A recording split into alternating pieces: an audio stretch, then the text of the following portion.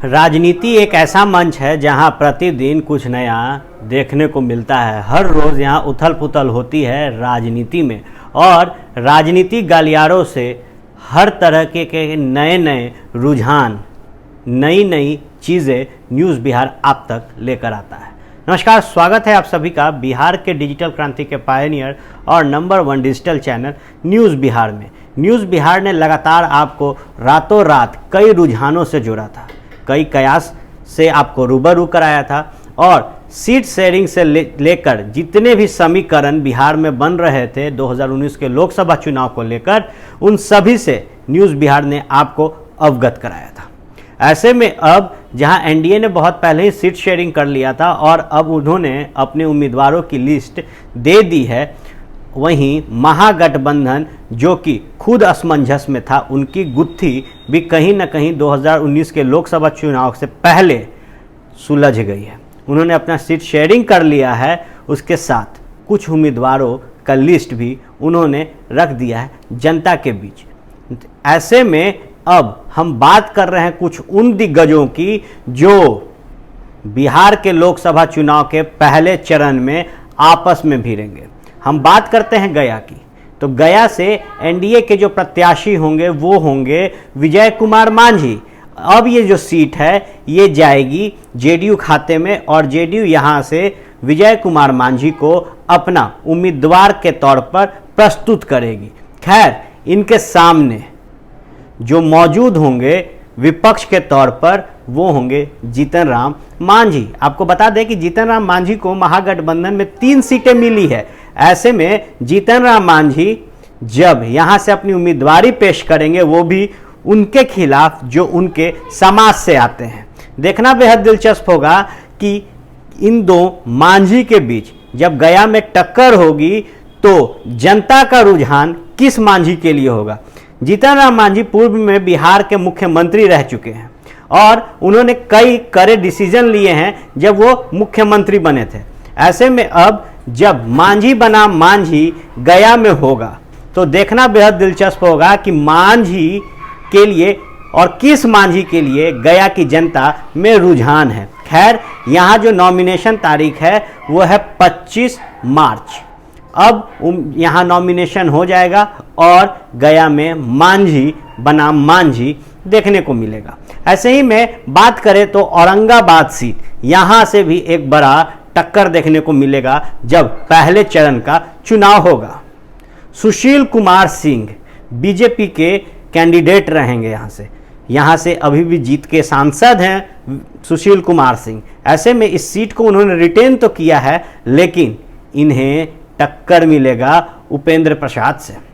उपेंद्र प्रसाद इस वक्त हम में है, हिंदुस्तान अवाम मोर्चा में हैं, लेकिन इससे पहले वो जेडीयू में थे और जेडीयू का दामन छोड़ वो चले गए थे जीतन राम मांझी के पार्टी हम के साथ। अब जब चुनावी रुझान होगा तो औरंगाबाद एक मिसाल बनेगा। उसका कारण है क्योंकि हमने आपको कल दिखाया था किस तरीके से औरंगाबाद के कुछ महागठबंधन के सपोर्टर या कहे कांग्रेस सपोर्टर ने जिस तरीके से छाती पीटना शुरू किया था और लगातार कांग्रेस पर विवाद या कहे तो कांग्रेस के कुछ वरीय नेता को कटघरे में खड़ा कर रहे थे और इल्ज़ाम लगा रहे थे कि उन्होंने इस सीट को बेच दिया है। जी हाँ, निखिल कुमार की यहाँ से कांग्रेस को टिकट मिलने की अनुमान थी कांग्रेस के कार्यकर्ताओं को, लेकिन निखिल कुमार का नाम नहीं दिया गया और इस सीट को हम के खाते में डाल दिया गया।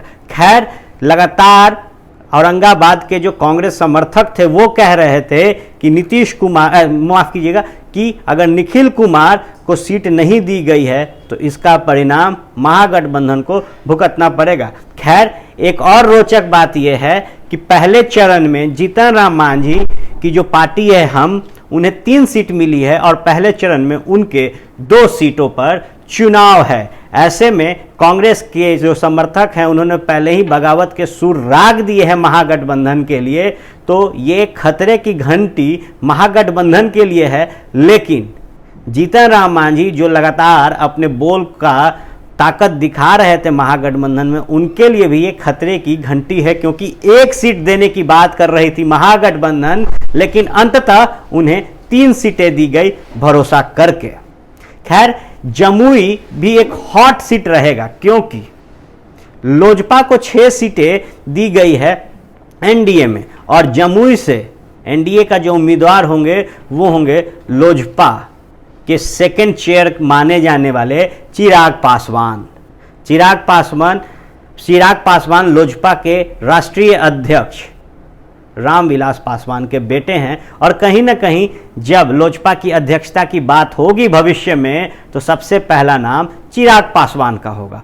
खैर हमने अपने एपिसोड बोल पटना बोल और बोल जमुई बोल में पहले दिखाया था कि किस तरीके से जमुई की जनता चिराग पासवान से नाराज है, लेकिन क्या मोदी लहर में एक बार फिर चिराग पासवान संसद भवन पहुंचेंगे, ये देखना बेहद दिलचस्प होगा, क्योंकि यहाँ से जो उनके खिलाफ महागठबंधन का चेहरा होंगे वो होंगे भूदेव चौधरी।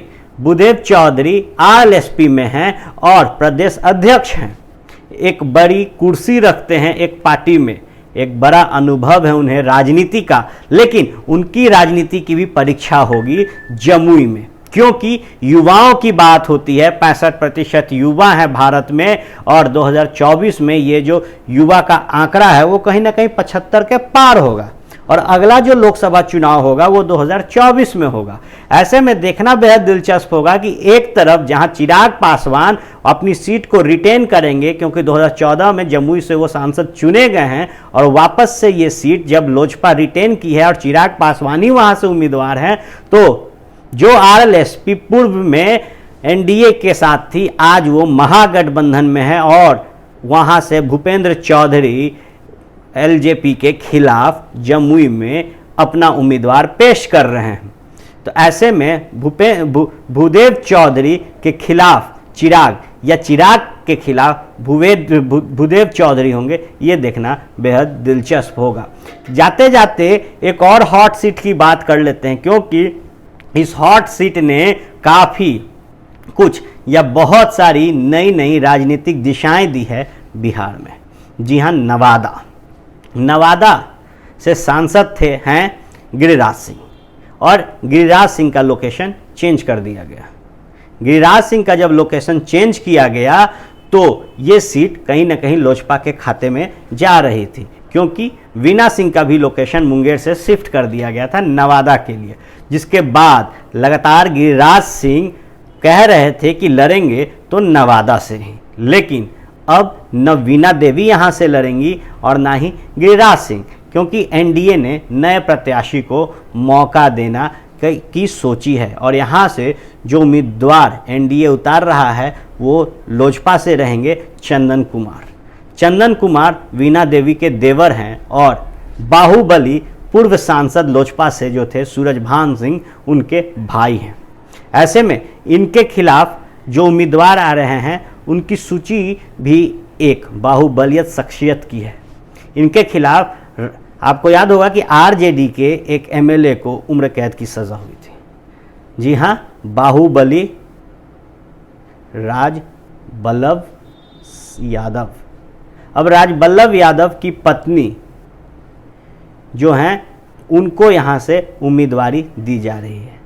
अब देखना बेहद दिलचस्प होगा कि एक बाहुबली की पत्नी का टिकट काटकर उनके भाई को टिकट दिया जाता है, वहीं आरजेडी एक ऐसे प्रत्याशी को उतारती है जिनके पति जेल में हैं। खैर पूर्व में ये एमएलए रहे हैं, लेकिन उनको उम्र कैद की सज़ा सुनाई गई है।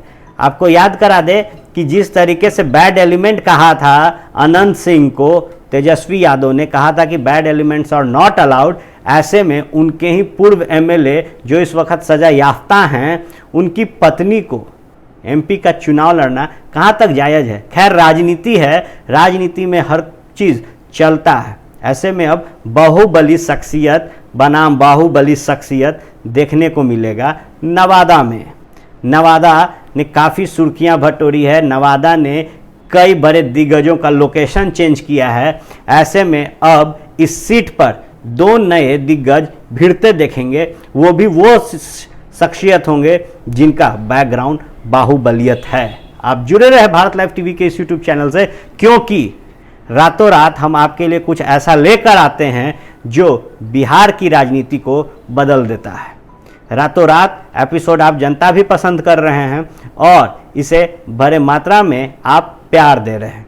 ऐसे ही आप हमारे भारत लाइव टीवी को देखते रहें, पसंद करते रहें और अपना जो फीडबैक है नीचे कमेंट बॉक्स में देते रहें, ताकि आपके फीडबैक से हमें हौसला मिले और भी नई नई रोचक रातों रात जैसी खबरों को लेकर आपके सामने